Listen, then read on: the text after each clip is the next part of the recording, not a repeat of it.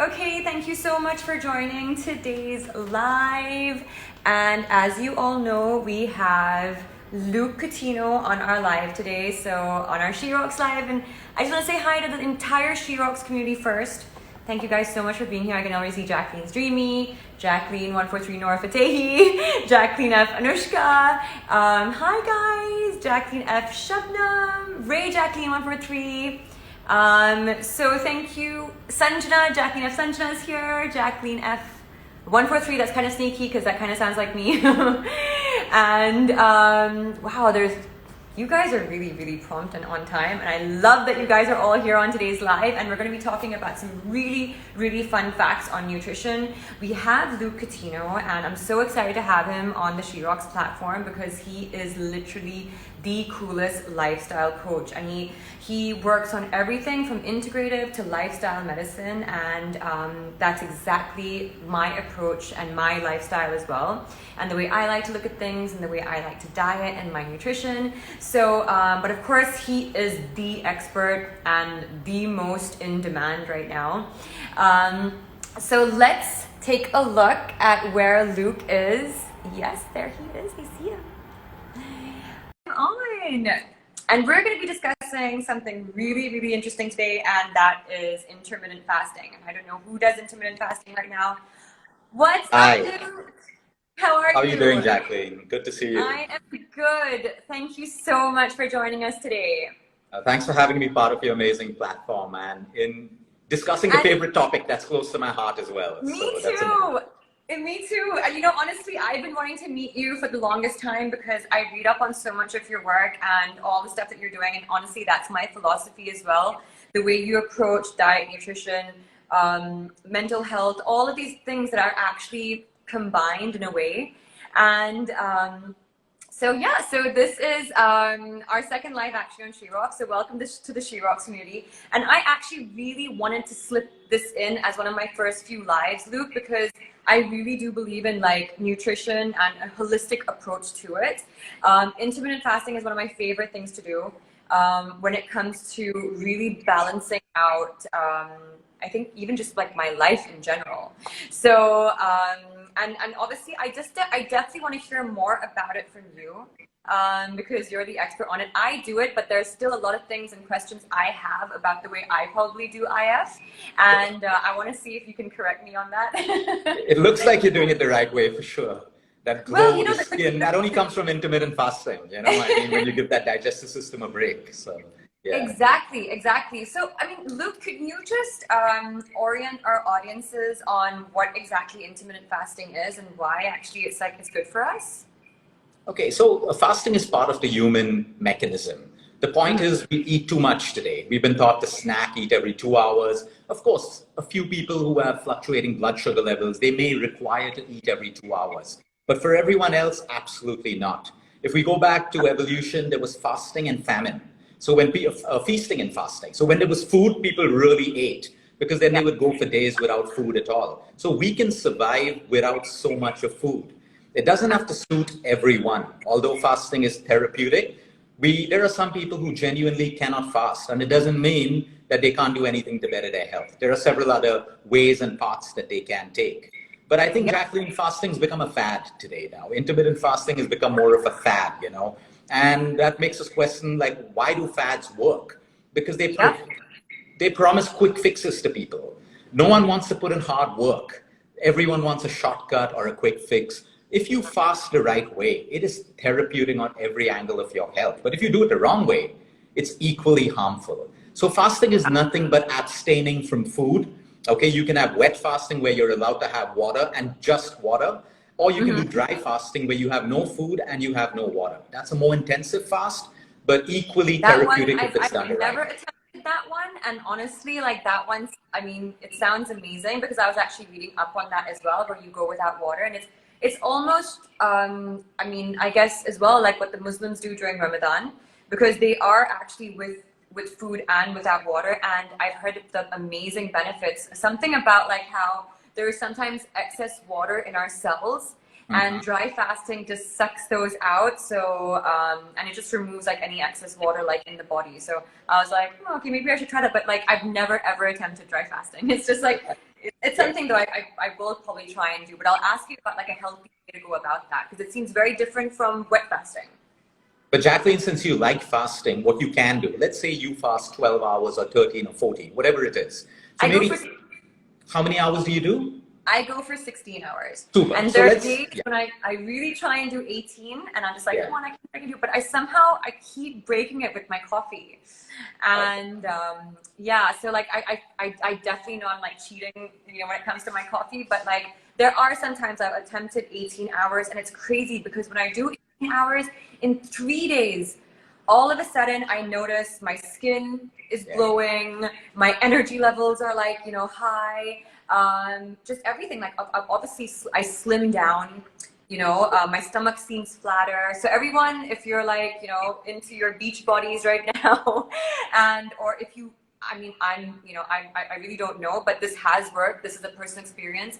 My skin, if anyone's facing skin problems, fasting, I don't know what it does, but like with every single time I take my fast seriously, my skin just all of a sudden like clears up. And it just like looks great. So I'm pretty sure there is a connection with that as well. Absolutely. It's your gut. So your gut kind of gets more and more cleaner. And if you want great skin, it's a reflection of your gut. Anyone. So the fasting that you do, it also gives your body a lot of time to regenerate. A lot of energy that goes towards digestion now goes towards fixing other problems, including hormonal imbalance, which causes a lot of skin problems. So Jacqueline, if you're doing 16 hours, for example, maybe 8 out of those 16 hours, do it dry and then have water. So integrate it. And then you'll find 8 hours are easy, then move it to 10 hours of dry and drink water when you're thirsty. Eventually, you will actually be able to do dry fasting. And it's a beautiful experience. It's not difficult. It's actually easy. But because, I mean, do you feel extremely dehydrated though? Not at all. Absolutely not. Which is why when we're dry fasting, we shouldn't be engaging in workouts at that point. We shouldn't be out in the sun. It's therapeutic. So if you're looking for a therapeutic benefit, I want to take an off day when I'm relaxing at home and I'm dry fasting then. But if I'm going to be shooting, if I'm going to be outside in the sun, don't. You want to stay hydrated then. Amazing. Okay, great. Well, look, I have a couple of like questions here that I've rounded up from the community. Sure. And there was some that say, what is the most effective pattern of fasting? Okay, so it's different for everyone. I actually really want to know this as well, because I just want to know if I do my fast right. I know that, you know, from my personal experience, I start my fast at around, because I try and hit 16 and or as long as I can go. So sometimes I stop my fast as early as 5 p.m., 6 p.m. And it seems really absurd to some people, but I mean, like when you're limiting your time of eating to just about 8 hours or even 6 hours, you really actually end up only having about 2 meals. So I stop my fast around like 6 o'clock is a big, you know, like no for me. I mean, post 6 o'clock. So 5 o'clock or 6 o'clock, I stop eating. And then I have a pretty substantial meal. I make sure I get my carbs in there, my proteins, my greens, everything. And then I go the entire night, and then I wake up the next morning. Okay, the first thing I do is I have apple cider vinegar in the morning. And then I have a like garam pani and nimbu. Now, I don't know, does that break my fast or not? Yeah, in a way it does. It takes away the therapeutic benefit. It won't break it, but it takes away the therapeutic benefit. So there are two ways. When you're fasting for immunity, for great skin, for everything else, then it is kind of breaking that out. If you're going to fast only to lose weight, which you don't do, then it kind of breaks that fast, because the digestive system has to stop. You know, apple cider will make your stomach produce more stomach acid. So that's a sign for the digestive system to start. So it's like, you know what I would say. Information is like, oh no, because the thing is, I'm so proud of the fact that I'm like, hey, I last like, you know, I last 16 hours and, you know, I'm so good at this. But okay, so maybe I'll try and then do the apple cider and the lime water post my 16 hours. Break your fast with lemon water. Break your fast with lemon water, and then you can add the apple cider vinegar to it and then start your day with your coffee after you eat your breakfast or your bowl of fruits. You can do it that way. So maybe it's not as easy as I thought, because I'm like, guys, it's a piece of cake, but actually I end up, you know, having something from the time that I wake up to like, the early hours of like, you know, me being up and my entire like workout and I do a couple of like emails and stuff in the morning. So, okay, so now I have to go 16 hours with absolutely nothing. So is there absolutely nothing that can like, is there anything that can kind of, what about black coffee? Can black coffee work? Just water, just water. No! Yeah, I'll tell you why. Black coffee is highly nice. acidic. Black coffee is highly acidic, and it's caffeine. It's a stimulant. You wouldn't want to put something which is acidic and a stimulant in a body that is clean and fasting. You're going to generate cortisol levels, adrenaline levels, acids in your body, but there's no food for the acids to break down because you're fasting. So, that's the funny thing, Luke. It's like, I actually feel even when I do wake up in the morning, I was like, I don't really need that much. I probably just need like water and I need this, but I think just the thought, the psyche that, breakfast, lunch, dinner, wake up, eat, sleep. I mean, like everything, lunchtime is lunchtime, let's eat, let's get something. I think it's like that psyche is so ingrained that we're like, oh, when we wake up, we need to put something, like we need to have something, some food, or we need to have something to drink, or we need to, so I think like, but actually when I think about it, I'm not starving. Like when I wake up, I'm not even starving later. Maybe after my workout, I'm like, okay, I need food, Correct. Yeah. But, okay, so now and so usually what happens is around 10 or 11, once I'm done with my workout and my meditation and everything, I have my bulletproof coffee. So that's my coffee with like a little bit of tea. Now the weird thing was when I had started intermittent, someone told me that like a bulletproof coffee like wouldn't break my fast. So I was like, oh, okay, that's amazing, because they're like, oh, it keeps you in ketosis or something like that. So I was like, so I had this understanding that I could have a bulletproof coffee and I'd still be fine. I'd still be in fasting mode. But I guess that's not the point. Yeah, bulletproof coffee has fat added to it. It has fat added to it. The moment you put fat, I mean, it's a macro. Your digestive system has to break it down. Your liver has to produce bile to emulsify the fat. So it kind of breaks the fast. But what I really appreciate is you being humble enough to say that you think you've been doing this inaccurately, because a lot of people are doing it the wrong way. And I truly appreciate that. But let me tell you something, Jacqueline, you don't have to do 16 hours because you are doing something very, very powerful. You are starting your fast before sunset. So you are actually fasting with the circadian rhythm. When you fast with the circadian rhythm, you don't need long hours of fasting.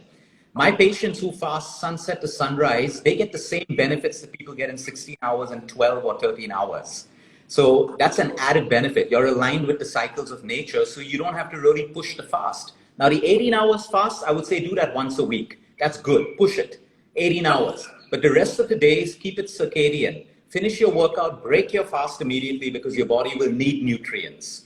Break your fast with a simple carb, then have your coffee and start your day, and everything should move on. So it's not the number, it's the quality of the fast that matters. So you're saying if I start my like fast around like 5 or 6 in the evening, the next day, like as early as maybe 8 or 9, I can probably start having like absolutely. Oh. That's a circadian fast, and it is the most powerful way of fasting, because technically if we look at the body dynamics after sunset, we're not meant to really eat. Our digestive system slow down and it reopens with sunrise. That's the circadian rhythm. So if we align to that, your body uses that shorter time period very efficiently, because you're aligned with the circadian rules. So it's not about the quantity of the fast. So there's absolutely no such rule that like, okay, no, the only way to efficiently do a fast is if I do it for 16 hours or if I do it for 18 hours, because I can see right now that you're mentioning a different type of circadian fast as well, which can be just as beneficial. Absolutely. And so do you think like during the week as well, I can kind of regulate those hours? So like maybe 2 days I'm doing 16 hours, 1 day I'm doing 18 hours, like you said, and that would be totally fine. I'd still get the same results. Like it would just work. It would work just as well. Yeah, whatever suits you. What I would prefer, because the body follows a whole clock. Let's say Monday to Friday, you maintain the circadian. So you may break it in 12, 13, 14 hours. Now, 1 day a week or twice. I mean, this is what works for me. It works differently for other people. Sunday, I stop after lunch and I don't eat till the next day. So I get easy 22 hours without struggle. So that 1 day is like a complete body overhaul, like a complete detox. And the rest of the days are 12 to 14. It's powerful. It works beautifully because we don't want to upset. See, you may know that I'm going to fast tomorrow, but your body doesn't. Your body thinks, hey, I'm going to get food because I got food yesterday at this time. So we confuse the rhythm. So find a rhythm that works for you and then just follow that kind of rhythm. You can do 24 hours once a week. You can do it twice a week. It's up to you. What makes you feel good? I've never done that 1 hour, like the 23-hour fast. And the magic is stop eating after lunch. It's easier to stop eating after lunch, you know? That's actually what happens to me. So when I have my breakfast, usually it's quite a nice, substantial breakfast. And the next meal I have would be right after this chat. I'll have like a nice, pretty, like, good lunch. And I mean, but then I've prolonged it to like about 4 or 5. But if you're saying like after 1 or 2 to have it, then yeah. But Sundays is usually days, so I'm gonna be really depressed that day if I have to, like, if I'm not allowed to eat anything. No. It's okay. But remember also why we want our lunch to be around noon and 1 o'clock, because your metabolic rate is at the highest. It's in alignment with the sun. When the sun is at its highest point, our metabolisms are at the highest. So you can have a really good lunch, throw in a dessert if you want, your body's going to break it down. So that's the most important meal. Okay, well, actually, I'd also read somewhere that, like, fasting is different for men and it's different for women. And are there any myths about fasting? Because there are some people who are like, oh my gosh, fasting is so bad for you, and it like creates like a lot of like acidity, and no, you shouldn't be doing it, this is bad. And then there's some people also saying, like, this is what I heard as well, fasting shouldn't be done by women. It's okay for men. That's not true. Absolutely not true. See, now there are certain cases, like a woman with a thyroid problem, a woman who has a medical condition caused by adrenal fatigue. That means the adrenal glands are so tired of, when you have a lot of chronic stress.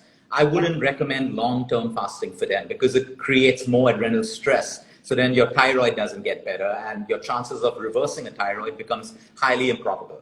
So everyone can fast. But again, everyone's different. There's a word called bio-individuality. You are different from everyone else. What suits you doesn't have to suit someone else. I have people where fasting has cured their acidity. And I have people when they fast, the acidity gets worse. The problem isn't with fasting. It's what's right for you.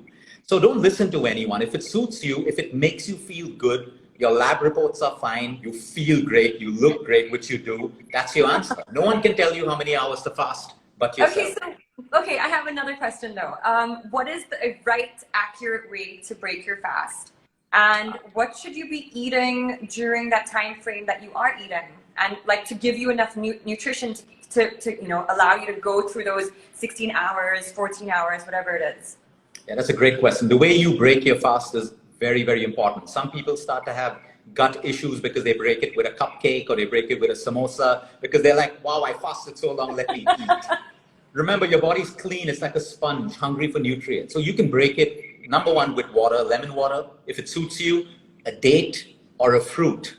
You want a simple carb that lines your stomach, and then 10 minutes later, just get back to your normal day. Now, in your eating window, you got to make sure if you have an 8-hour window or a 10 hours, you got to get all the nutrients that your body requires. So both your meals, those 2 meals or your 3 meals, have to be balanced. Another thing I want to appreciate about you, you mentioned carbohydrates that you eat. Half the world's so scared of carbohydrates, but here you are proving that you eat carbs, you look great, you feel great, and you're healthy. Carbs aren't the enemy, it's the person behind carbs. So yes, have carbohydrates, have proteins, have fats in every meal. You want to make sure that your plate looks like a rainbow. If it looks colorful, then you're getting all the vitamins and the nutrients for your gut as well. And that's simple. Eat what you want. When you fast well, you can be liberal. You can have that dark chocolate. You can have a hot chocolate. You can have your coffee. Put in a dessert. I don't know why people are scared of desserts. Desserts don't make you fat. If you overdo it, it does. But if you're disciplined, anyone's body can break down a dessert. So your eating window is a fun window. It's the feasting window. And if you're fasting well, you're doing it like how we did it from the time of evolution. It's like that. Absolutely. That's the thing. Like, honestly, like yesterday, I had like biryani, right? And and then I went after that, and I went like later on in the evening, and I did like some pole dancing, I did some exercise, and I was like, oh my gosh, I was like, but I had biryani today and stuff, and they're like, how are you eating biryani?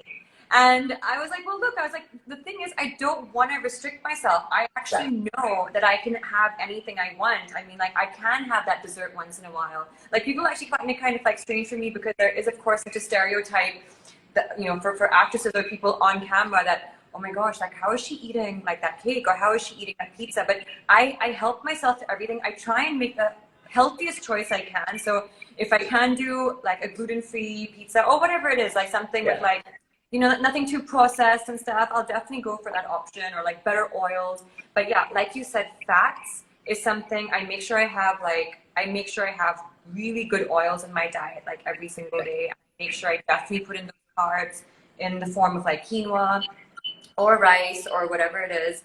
But like in that window, I definitely do eat whatever I can. But And that's I the way to do it. to my Amazing. audience as well. Like I do eat pretty much like everything, and I don't put on weight because the one thing that I'm strict about is the fasting. But you know, so and I think like that is the balance that I have. So I don't restrict myself in eating. I can be like, yes, have biryani. Someone just said biryani is love, and it really is. No, and look at it. I mean, you're not guilty about what you eat. Most people are guilty before they even eat it. They've already formed mindsets, oh no, this is going to make me fat, before I've even eaten it. So people eat too much with fear. And of course, you mentioned a very important word, balance. You have balance and it's working for you. You don't need extremes. You found a balance that works for you. So like that, everyone out there has to find a balance that works for them. And then you got discipline, so you can't fail. You can't fail with discipline. No, absolutely. It's true. I mean, but I think that's where it comes in, right? I think a lot of people have an issue of like eating at night. And I think like that's like, you know, every time I try and, you know, advise my friends, like guys, just try fasting, or, you know, if it's something that you really want to start being healthier, try this. It's a great, you know, form of like just, you know, everything, like your nutrition and a good diet and stuff. But the problem is a lot of people say, I just can't stop eating at night. And with fasting, I mean, for me, it's just because I've been doing it for so long, and I've been making sure that like my fasting definitely doesn't, you know, it starts at around 6 p.m. My body's just become so used to not eating at night that like, you know, I'm good now. I actually don't crave food at night at all. I actually don't get hungry. But this is people's, I think, biggest problem is, you know, sometimes they're working late, or, Correct. you know, they just get, I think, like the munchies. But what do you advise them? Yeah, so I think, you know, what we've learned from all of our clients who learn to fast, exactly like you retrain your taste buds. Yeah. And what we found, when you start an early fast, cravings disappear automatically and you even sleep deeper. People even say, Luke, we sleep deeper when we eat earlier. Now, of course, we have to be practical. There are people who work late and all, but still try to keep that gap of your last meal and bedtime. You can't eat at 9 and get into bed at 10. You can't eat at 12 and get to bed at 1. So if you must, you know, eat late, try to keep a gap and try to keep your meal light. You know, so have a heavier snack in the evening so that your dinner is less burden on your digestive system. That can still help, you know, in case you can't have an early dinner. But we found even the busiest people today, where there's a will, there's a way. They take their dinner to office, or they just eat it earlier. And they figure it out. You know, if they can, they do it. If people really want to do something, they find a way.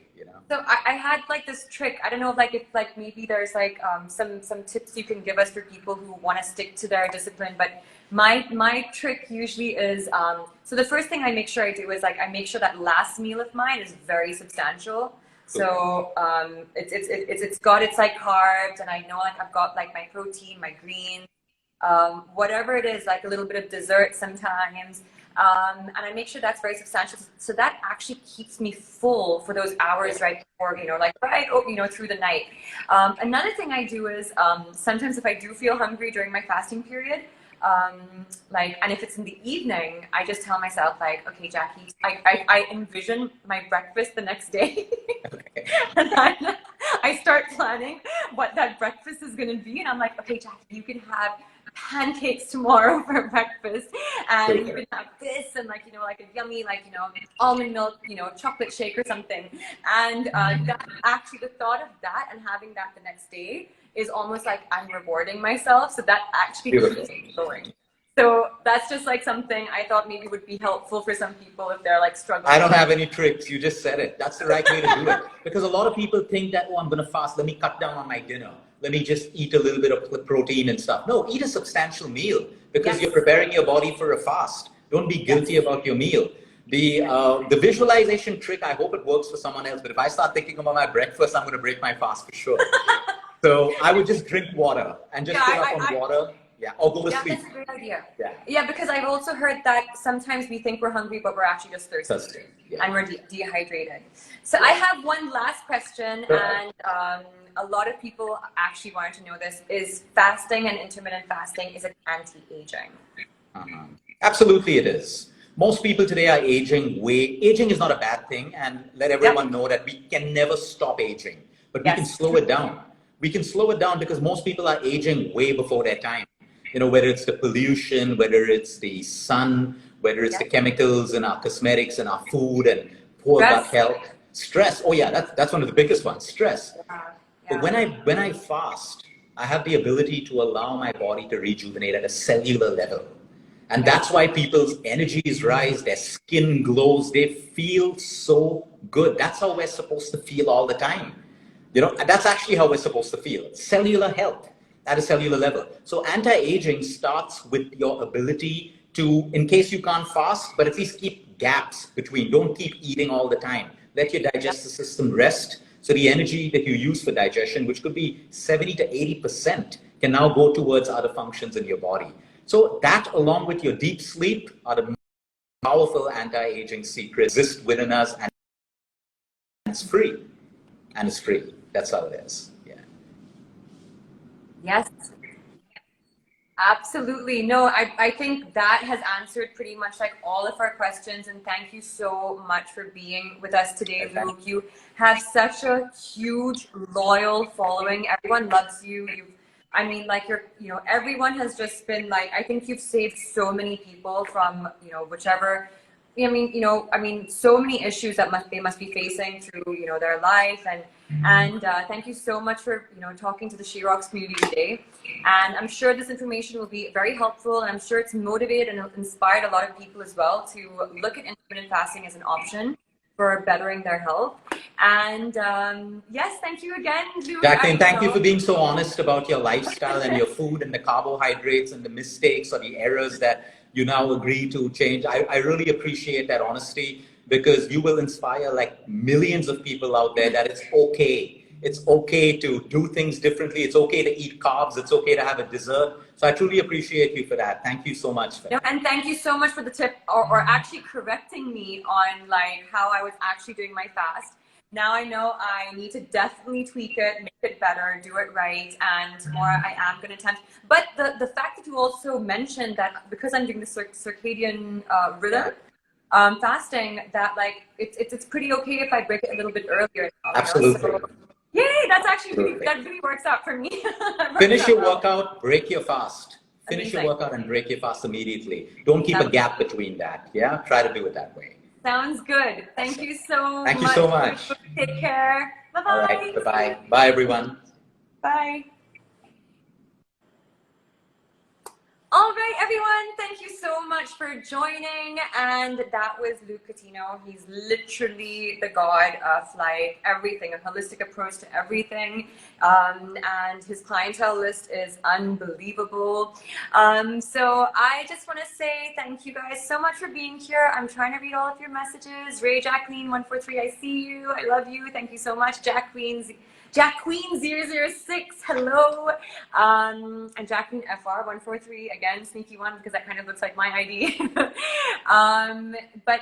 Yes, I was seeing your questions and I was trying to answer as many as I could with Luke on the chat. And I hope everyone had an informative chat today, and you really do look at intermittent fasting as something that, as an alternative to, maybe starting your healthy journey. Okay, guys, so I'm going to be signing off right now, and I love you all. Thank you so much, and I will see you guys at my next chat. Mwah! Bye-bye.